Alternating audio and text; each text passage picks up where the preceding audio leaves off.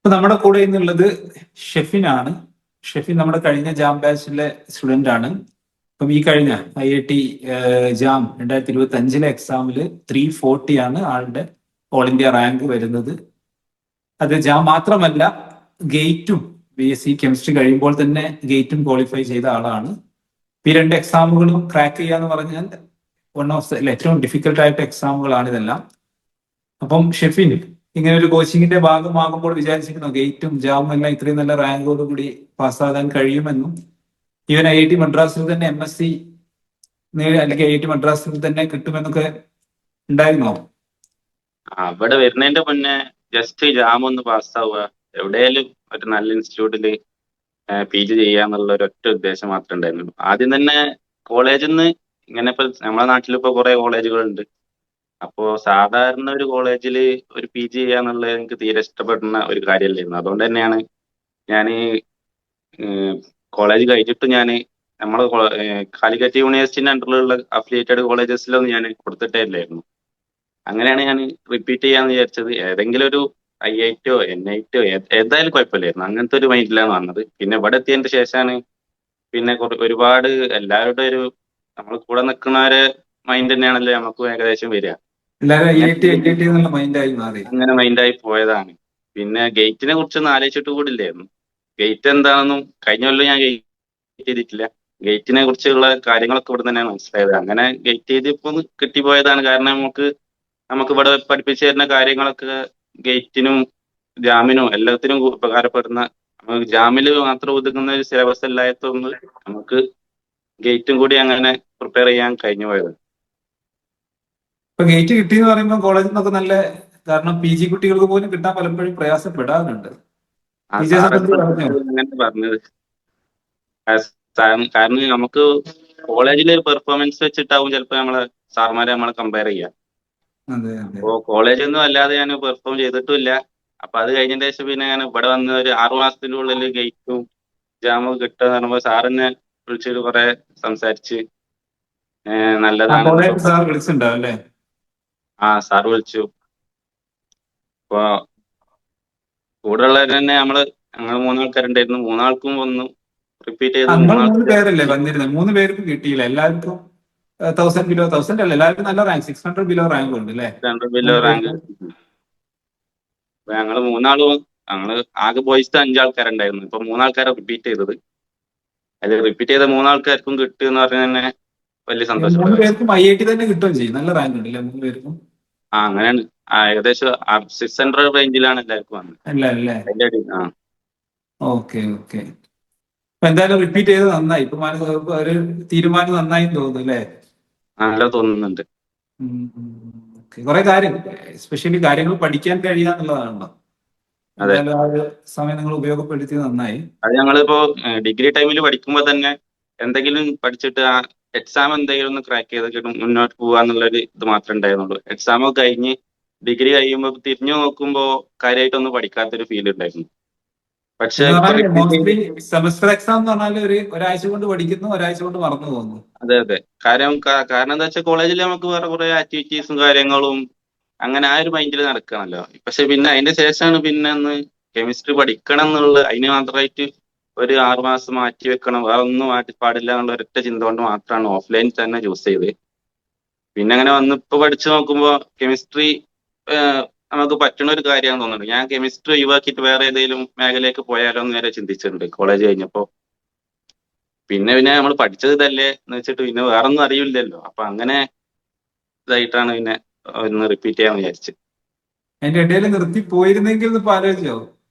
Means college കഴിഞ്ഞ കാരണം ആലോചിച്ചായിരുന്നു. നിങ്ങൾ പ്ലാൻ മാറി. മീൻസ് ഒരാൾക്ക് വേണമെങ്കിൽ BSc കെമിസ്ട്രി ആയിട്ട് പല ഫീൽഡിലും പോകും. അപ്പം ഇപ്പൊ അതെ. ആലോചിക്കുന്നു, ഞാൻ അങ്ങനെ ഫീൽഡ് മാറിയിരുന്നെങ്കിൽ ഒരു ഡിസിഷൻ, ബാഡ് അത് ഡിസിഷൻ ആ ഒരു പോയിന്റ് ഉണ്ടായിരുന്നു കോളേജ് കഴിഞ്ഞപ്പോ. പിന്നെ എന്താ കെമിസ്ട്രിയിലൊന്നും ഒരു ഇതില്ല. പിന്നെ PhD PG സാധാരണ ഒരു കോളേജ് ചെയ്യാൻ താല്പര്യമില്ല. അങ്ങനെ വേറെന്തെങ്കിലും ഫീൽഡിലേക്ക് പോയാലോന്ന് ആലോചിക്കുമ്പോ വേറെ എന്താ ചെയ്യാന്ന് അറിയില്ല. അങ്ങനത്തെ ഒരു പോയിന്റ് ആയിരുന്നു. പിന്നെയാണ് പിന്നെ ഒന്ന് തീരുമാനം എടുത്ത് റിപ്പീറ്റ് ചെയ്യുക, ഒന്ന് പഠിച്ചു നോക്കാം, ഫുൾ ടൈം ഇതിനായിട്ട് കൊടുത്താൽ എന്താവുക എന്നൊരു പരീക്ഷണത്തിന് വേണ്ടിയിട്ടാണ് ഓഫ്ലൈൻ ചൂസ് എന്തായാലും ചെയ്തത്. അത് IIT മദ്രാസിൽ എത്തി അവസാനം. ഇതിൽ അങ്ങനെ എത്തി.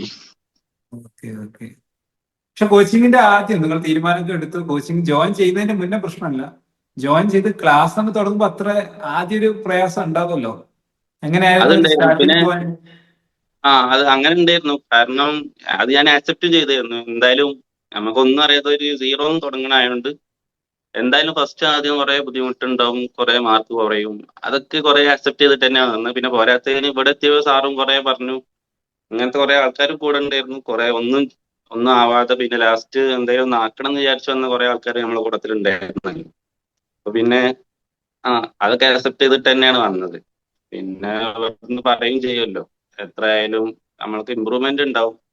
പോരാത്തതിന് ഈ ഓഫ്ലൈൻ ഒക്കെ ആവുമ്പോൾ നമ്മളിപ്പോ ഇവിടെ ഓൺലൈൻ പോലെയല്ലേ, അവിടെ ഇരുന്ന് പഠിക്കുമ്പോ ഒരുപാട് സമയം നമ്മൾ പഠിച്ചാലും ഇനിയും എന്തൊക്കെയാ ചെയ്യാൻ ബാക്കിയുള്ള പോലെ. ഒരു അരമണിക്കൂർ വേസ്റ്റ് ആയാൽ തന്നെ അതിനുള്ള റിഗ്രറ്റ് ഉണ്ടാവും. നമ്മൾ ഓൺലൈൻ ആകുമ്പോൾ വീട്ടിലിരുന്ന് പഠിക്കുമ്പോൾ നമുക്കത് കിട്ടൂല. അങ്ങനെയാണ് എനിക്ക് തോന്നിയത്. അപ്പൊ നമ്മള് ഇപ്പം വീട്ടിൽ മാക്സിമം ഒരു ടൈം. അരമണിക്കൂറോ അല്ലെങ്കിൽ ഒരു മണിക്കൂറോ ഫ്രീ ആകുമ്പോൾ നമ്മൾ നാച്ചുറലി വേറെ എന്തെങ്കിലും ചെയ്യുമ്പോൾ നമുക്ക് ആ ഒരു ടൈം പോയത് ചിലപ്പോൾ പലപ്പോഴും ഫീൽ ചെയ്യില്ല. ഇല്ല ഇവിടെ ഇല്ല പക്ഷെ വേറെ ആക്ടിവിറ്റീസ് വരാത്തപ്പോ വെറുതെ ഒരു അരമണിക്കൂർ കളയുമ്പോൾ നാച്ചുറലി റിഗ്രറ്റ് ആയി മാറുമല്ലേ അത്? ആവുന്നുണ്ട്. കാരണം ഉം. എങ്ങനെയായാലും നമ്മൾ ദിവസത്തിന് ആ ടാർഗറ്റ് എത്തിയില്ലേ തന്നെ റിഗ്രറ്റ് ആണ്. നിങ്ങൾക്ക് ഓരോ ഒരു ദിവസം ഓരോ ടാർഗറ്റ് ഒക്കെ ഉണ്ടല്ലോ അല്ലേ? അപ്പൊ ഒരു 12 മണിക്കൂറൊന്നും ആയില്ലെങ്കിൽ പിന്നെ ആ ദിവസം നമ്മൾ ഒരു യൂട്ടിലൈസ് ചെയ്യാത്ത പോലെ. പക്ഷെ വീട്ടിലാകുമ്പോൾ അത് വരില്ല. കാരണം നമുക്ക് വേറെയും കുറെ ആക്ടിവിറ്റീസും കാര്യങ്ങളും നമ്മൾ വേറെ കുറെ ചിന്തകളൊക്കെ പോകുന്നുണ്ട്. അതുകൊണ്ട് തന്നെയാണ് ഈ ഓഫ്ലൈൻ എനിക്ക് തോന്നുന്നത് ഓൺലൈനൊക്കെ കുറെ ബെറ്റർ ആവുന്നത് ഈ ഈവൻ കാര്യങ്ങളൊക്കെ ഗേറ്റ് കൊണ്ടാണ്. ഒക്കെ നിങ്ങളിപ്പം ഒരു 6 മന്ത് നിങ്ങളൊന്ന് ആലോചിച്ച് നോക്കിയേ. 6 മന്ത്സ് ആണ് പ്രിപ്പയർ ചെയ്തത്. ഈവൻ ഗേറ്റ് വരെ, ഗേറ്റ് ഇപ്പൊ എല്ലാവർക്കും കിട്ടുന്നില്ലല്ലോ. നമുക്കറിയാം പല കുട്ടികളും PG കഴിഞ്ഞിട്ട് പല ടോപ്പ് സ്റ്റുഡൻസ് വരെ ഗേറ്റ് കിട്ടാതെ ഗേറ്റ് കോച്ചിങ്ങിന് വരാറുണ്ട്. ആ സ്ഥാനത്ത് നിങ്ങൾ BSc കുട്ടികൾ ക്രാക്ക് ചെയ്യുമ്പോൾ അത് നിങ്ങൾ വെറുതെ അങ്ങ് ഇപ്പം നേരത്തെ ഷെഫിൻ പറഞ്ഞത് അങ്ങനെ അങ്ങ് കിട്ടി എന്ന് പറയുന്നത് അങ്ങനെയല്ല. നിങ്ങൾ ആ സബ്ജക്ട് നോളജിലുള്ള ഡെപ്ത് ആണ് കാണിക്കുന്നത്. കാരണം ജാമും കിട്ടുന്നു, ഗേറ്റും കിട്ടുന്നു.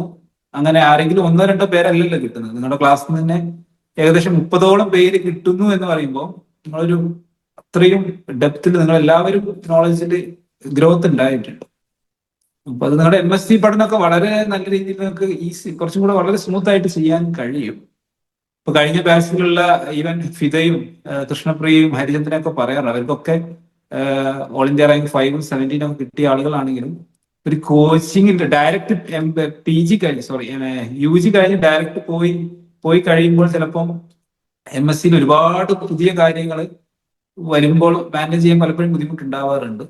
പക്ഷെ ഒരു തവണ ഒരു ഇന്റൻസ് ആയിട്ട് ഇതുപോലെ നിങ്ങൾ പ്രിപ്പയർ ചെയ്ത് പോകുമ്പോൾ നിങ്ങൾക്ക് കുറച്ചും കൂടെ കോൺഫിഡൻസ് ഉണ്ടാവും. ഓ, ഞാൻ പല കാര്യങ്ങളും പഠിച്ചിട്ടുണ്ടല്ലോ, അറ്റ്ലീസ്റ്റ് ധൈര്യമായിട്ട് എനിക്ക് MSc ചെയ്യാൻ സ്മൂത്ത് ആയിട്ട് ചെയ്യാൻ കഴിയുന്നില്ല.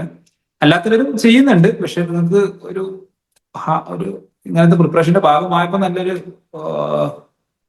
നാച്ചുറലി നിങ്ങൾ അത്രയും ഏരിയയിലൂടെ പോയില്ലേ, ഇത്രയും ടോപ്പിക് നിങ്ങൾ കവർ ചെയ്തല്ലേ. ഓക്കെ, അതൊരു നിങ്ങൾക്ക് ഒരു അഡ്വാൻറ്റേജ് തന്നെയാണ്. ഓക്കെ, കോളേജിൽ പോയോ റിസൾട്ട് ഒക്കെ വന്നതിന് ശേഷം? ഇല്ല, കോളേജിൽ പോയിട്ടില്ല. ഇനി ഒരു ദിവസം നമ്മൾ എല്ലാരും കൂടി മൂന്നാൾക്കാരോട് ഒന്ന് പോകണം എന്ന് വിചാരിച്ചിട്ടുണ്ട്. ഇന്നലെ ആ ടീച്ചറോട് ഓക്കെ. ആ, നിങ്ങൾ വരാനൊക്കെ 3 പേര് വന്നു, 3 പേരും IIT കിട്ടാനുള്ള റാങ്കുമായിട്ടാണല്ലോ വീണ്ടും കോളേജിൽ പോകുന്നത് അല്ലേ? ജൂനിയർ സ്റ്റുഡൻസ് ഒക്കെ ഉള്ള സമയത്ത് പോകും, അവർക്കൊരു മോട്ടിവേഷൻ ആവും. ആ അവരെ കുറെ ആൾക്കാരെ വിളിക്കലുണ്ട്, ചോദിക്കലൊക്കെ ഉണ്ട്, എന്താ ചെയ്യല്, എന്താ കാട്ടല്. അങ്ങനെ. ആ ഓക്കെ. പിന്നെ എങ്ങനെയാണ് പ്രിപ്പറേഷന്റെ സമയത്ത് ഷെഫിന്റെ കേസിലും മാർക്കുകൾ ഫ്ലക്ച്വേറ്റ് ചെയ്ത സമയം നല്ലോണം ഉണ്ടായിട്ടുണ്ട്. ഷെഫിന്റെ മാർക്ക് നല്ലോണം കൂടിയ സമയമുണ്ട്, ഉണ്ട്. മാർക്ക് നല്ല രീതിയിൽ കുറഞ്ഞ സമയമുണ്ട്. ഇതൊക്കെ എങ്ങനെ ബാലൻസ് ചെയ്തു? ബാലൻസ് ഒന്നാമത് ഞങ്ങള് ഇത് ആക്സെപ്റ്റ് ചെയ്തതാണ്. ഇങ്ങനെ കൂടും കുറയെന്നുള്ള കാര്യം ആക്സെപ്റ്റ് ചെയ്തതാണ്. അപ്പൊ എന്ത് കൂടിയാലും കുറഞ്ഞാലും ഇതെങ്ങനെയും ഒരു എടുത്ത ഒരു അറ്റത്തേക്ക് എത്തിക്കണം എന്നുള്ള ഒരു ഒറ്റ മൈൻഡ് ഉണ്ടായിരുന്നു. പിന്നെ കൂടെ ഉള്ളവരും നമ്മൾ പരസ്പരം സപ്പോർട്ട് ചെയ്യാം. ഞങ്ങൾ ബോയ്സ് ഹോസ്റ്റലിലൊക്കെ അങ്ങനെ തന്നെയായിരുന്നു. ചിലപ്പോ ഇങ്ങനെ ഡിസ്കഷൻ എക്സാം വരാറുണ്ടോ? കഴിഞ്ഞ് പല കുട്ടികൾക്കും കൂടുന്ന സമയം ഉണ്ടാവും, പക്ഷെ അടുത്ത എക്സാമിന് പലപ്പോഴും അതേപോലെ കുറയുന്ന സിറ്റുവേഷൻ വരാറുണ്ടല്ലോ. ഓവർ ഹാപ്പിനെസ്സും ഉണ്ടാവലുണ്ട്. ഇല്ല, ഓവർ സങ്കടവും ഇല്ലാത്ത സിറ്റുവേഷൻ ആണോ? ഇല്ല, അങ്ങനത്തെ സിറ്റുവേഷൻ. നമ്മള് റൂമിലെത്തുമ്പോ പിന്നെ കുറെ ബോയ്സ് ഉണ്ട്, ഞങ്ങള് ബോയ്സ് ഉണ്ടാവില്ല. അപ്പൊ ചിലപ്പോ ഏതെങ്കിലും ഒരുത്തനായിരിക്കും ഒരു ദിവസം കുറഞ്ഞുണ്ടാവുക. അപ്പൊ എല്ലാരും കൂടി മറ്റാളെ സമാധാനിപ്പിക്കുക, അങ്ങനെയല്ല അടുത്തതിന് കൂടാം. നമ്മൾ പിന്നെ ടീമായിട്ടാണല്ലോ നമുക്ക് ഉണ്ടാവുക അല്ലെ? സമയമില്ല. അതെ അതെ. പിന്നെ നമുക്ക് സമയമില്ല, ഒരുപാട് എക്സാംസ് വരാനുണ്ടല്ലോ. അപ്പൊ പിന്നെ അത് കഴിഞ്ഞാൽ പിന്നെ അതിന് നോക്കിയിരിക്കാതെ പിന്നെ അടുത്തതിന് പ്രിപ്പറേഷൻ തുടങ്ങി. ഉം, ഉം, ഉം. പിന്നെ അത് പിന്നെ ശീലമായിക്കൊണ്ട് നിന്നപ്പോ പിന്നെ അതൊന്നും വലിയ പിന്നെ ഓഫ്ലൈൻ പ്രശ്നമല്ല. ആവുമ്പോൾ നിങ്ങൾക്ക് ഒരു എക്സാമും സ്കിപ്പ് ചെയ്യാൻ പറ്റില്ലല്ലോ അല്ലെ? ഇല്ല, അതുമില്ല. കറക്റ്റ് ടൈമിന് അത് എക്സാം ആ ഒരു അന്തരീക്ഷത്തിൽ എഴുതുമ്പോഴുള്ള മാറ്റവും പിന്നെ വെറുതെ ഇപ്പൊ നമ്മള് വീട്ടിലേക്ക് വരുമ്പോഴോ അല്ലെങ്കിൽ ഇപ്പോഴോ ഇപ്പൊ നമ്മള് വീട്ടിലാണ് അപ്പോ എഴുതുന്ന എക്സാംസോ അവിടെ ഇരുന്ന് എഴുതുന്ന എക്സാംസ് തമ്മിൽ നല്ല മാറ്റമുണ്ട്. കാരണം അവിടെ ഇരുന്നിട്ട് നമ്മള് ആ ഒരു ക്ലാസ് റൂമിൽ എക്സാമിന്റെ ആ ഒരു വേറെ ചിന്തകളൊന്നും ഇല്ലാതെ എക്സാമിന്റെ മൈൻഡിൽ ഇങ്ങനെ എഴുതുന്നത്. അത് നമുക്ക് ജാം എക്സാമിന് എനിക്ക് തോന്നുന്ന വീട്ടിലിരുന്ന് എഴുതുന്നതിനെക്കാട്ടിയും അങ്ങനെ ഒരു എക്സാം ആയിരിക്കും കൂടുതൽ ഉപകാരപ്പെടുക.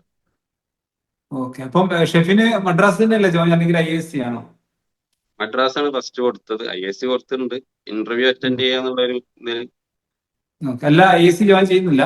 IISc ആയാലും എനിക്ക് കുഴപ്പമൊന്നുമില്ല. പിന്നെ IISc കൂടുതൽ PhD ഓറിയന്റഡ് ആണെന്നാണ് കേട്ടത്. ഓ, ഷെഫിന് അപ്പം ജോബ് MSc കഴിഞ്ഞിട്ട് ജോബാണ് നോക്കുന്നത്.